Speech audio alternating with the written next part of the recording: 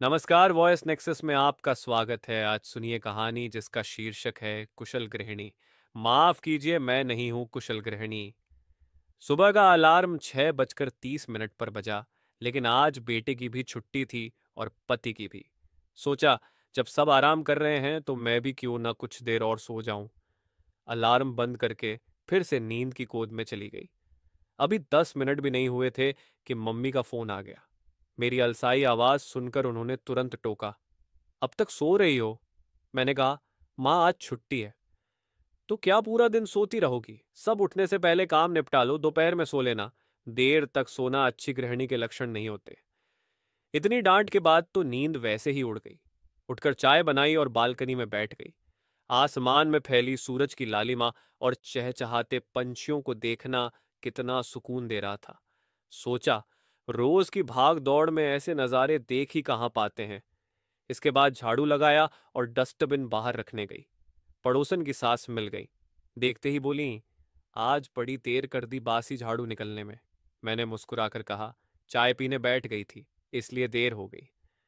हाय राम, बासी घर में चाय पी ली? पहले झाड़ू लगाकर रसोई शुरू करनी चाहिए, तभी घर में बरकत होती है। यही कुशल गृहिणी का लक्षण है।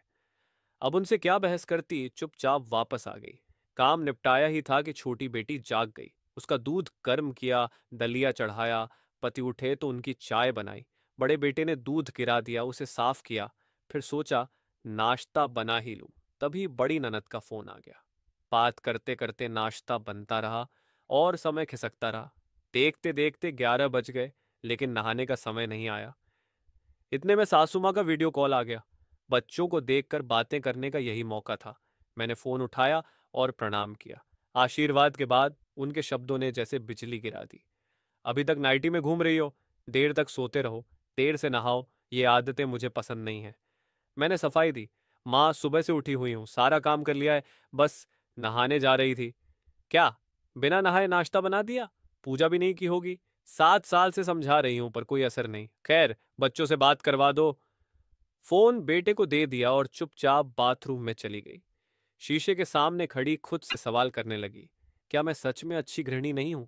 क्या सही समय पर काम ना हो तो आप कुशल नहीं माने जाते? क्या इतना छोटा है गृहिणी होने का पैमाना? बच्चों के साथ काम करना आसान नहीं होता, इसलिए मैंने पूजा का कोई तय समय नहीं रखा। जब भी समय मिले कर लेती हूँ। भगवान मेरी व्यस्तता समझते हैं। बच्चों को रोते छोड़कर काम करना मुझसे नहीं होता। मेरे लिए झाड़ू पोंछे से ज्यादा जरूरी है कि मेरे बच्चों और पति का पेट भरा हो। जब बच्चे बड़े हो जाएंगे तो बन जाऊंगी कुशल गृहिणी, लेकिन अभी तो मेरी प्राथमिकता है कि मैं एक अच्छी मां बनूं। मन भारी था, लेकिन छुट्टी का दिन यूं नहीं गनवाना था। सारा तनाव फ्लश कर दिया और बाहर निकल आई। खमण और श्रीखंड बनाकर सभी को परोसा। पति ने तारीफ में कहा, वाकई तुम कमाल हो। बस यही शब्द दिन बना देते हैं। जब जब पति संतुष्ट, बच्चे खुश और मैं भी संतुष्ट हूं तो फिर किसे परवाह कि मैं कुशल गृहिणी हूं या नहीं। तो क्या हुआ जो आज देर से उठी? क्या फर्क पड़ता है अगर झाड़ू देर से लगी? अगर बिना नहाए नाश्ता बनाया तो क्या हुआ? अगर पूजा में देर हो गई तो क्या बिगड़ गया? क्या हुआ अगर कपड़े तह नहीं किए या बर्तन सिंक में पड़े रह गए? क्या सिर्फ समय से उठना, टेबल पर काम तय करके रोबोट की तरह चलते रहना ही गृहिणी होने का मापदंड है?